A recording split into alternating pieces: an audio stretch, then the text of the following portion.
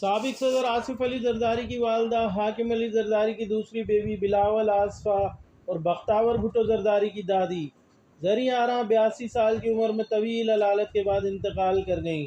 مرحومہ کی نماز جنازہ زرداری ہاؤس نوابشاہ میں ادا کی گئی، جبکہ تدفین زرداری خاندان کے آبائی قبرستان بالوجہ قبہ میں ہوئی۔ مرحومہ ریڈیو پاکستان کے مشہور براڈ کاسٹر زید بخاری کی بیٹی اور انگلش لٹریچر میں پی ایچ ڈی تھیں۔ ان کے انتقال پر صدر پاکستان عارف الوی، وزیر اعظم شہباز شریف، وزیر اعلیٰ مراد علی شاہ اور دیگر شخصیات نے دکھ کا اظہار کیا۔